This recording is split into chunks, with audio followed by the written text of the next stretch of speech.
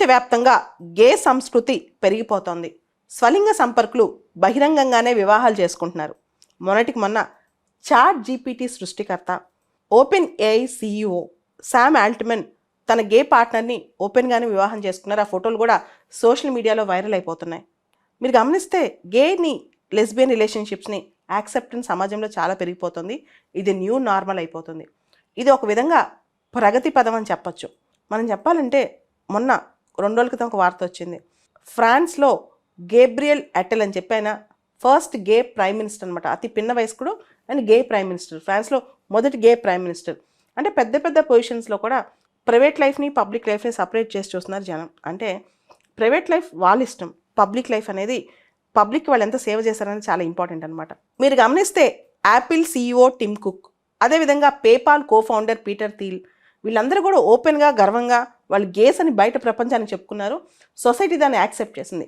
అదేవిధంగా లెస్బియన్స్ కూడా మార్టినా నవరతిలోవా 18 grand slums గెలిచింది. ఆవిడ లెస్బియన్ అనమాట.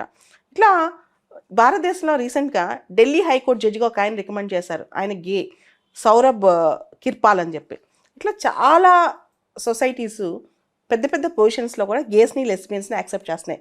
అయితే ప్రపంచవ్యాప్తంగా 30 దేశాలు గే మ్యారేజెస్ను లెస్బియన్ మ్యారేజెస్ను లీగలైజ్ చేశాయి.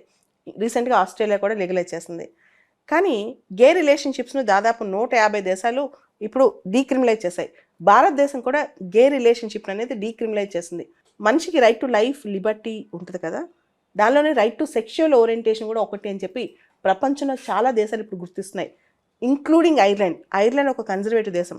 ఆ దేశంలో కూడా ఒక రిఫరెండం పెడితే ప్రజలు గే రిలేషన్షిప్స్ని గే మ్యారేజెస్ని సపోర్ట్ చేస్తూ ఓట్లేశారనమాట. సో ప్రపంచవ్యాప్తంగా ఇప్పుడు మనిషి యొక్క లిబర్టీకి ఎక్కువ స్థానం ఇస్తున్నారు, మనిషి యొక్క ఫ్రీడమ్కి ఎక్కువ స్థానం ఇస్తున్నారు. ఎవరైతే వ్యక్తులు తన జీవితాన్ని అందంగా జీవించగలరో వాళ్ళకు అనుగుణంగా ప్రపంచాన్ని కూడా అందంగా తీర్చిదిద్దగలరని ఒక ఫిలాసఫీ ఉంది. దాంతోపాటు మనకు సంబంధించిన అంశాలు పక్క వ్యక్తికి హాని కలిగించినంత వరకు, సమాజానికి ఎటువంటి హాని కలిగించినంత వరకు మనం ఏం చేసినా తప్పు లేదని ఒక థియరీ కూడా ఉంది. అదే జేఎస్ మిల్ హార్మ్ ప్రిన్సిపల్ అంటుంటాం. అయితే భారత సమాజం మాత్రం పూర్తి స్థాయిలో ఇంకా గేస్ని, గే రిలేషన్షిప్స్ని, లెస్బియన్ రిలేషన్షిప్స్ని పూర్తి స్థాయిలో యాక్సెప్ట్ చేసే పరిస్థితిలో ఇంకా సమాజం ఇంకా రాలేదు. కానీ వెస్ట్రన్ సొసైటీస్లో అది ఆల్మోస్ట్ నార్మల్ అయిపోయిందనమాట. భారతదేశం కూడా ఇప్పుడు ట్రెండ్స్ మొదలయ్యాయి.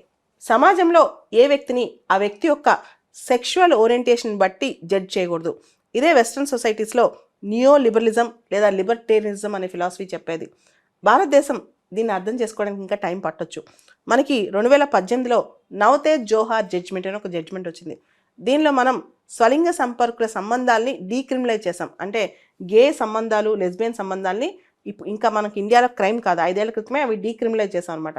కానీ రీసెంట్గా సుప్రీంకోర్టు ఒక జడ్జిమెంట్లో వీళ్ళ వివాహాలకి చట్టబద్ధత కల్పించే పాత్ర మాత్రం పార్లమెంట్దే, మాది కాదు అని చెప్పి సుప్రీంకోర్టు చెప్పింది. సో పార్లమెంట్ త్వరలో ఈ గే వివాహాలు, లెస్బియన్ వివాహాల గురించి ఒక చక్కటి లెజిస్లేషన్తో ముందుకు వస్తేనే ఆశిద్దాం.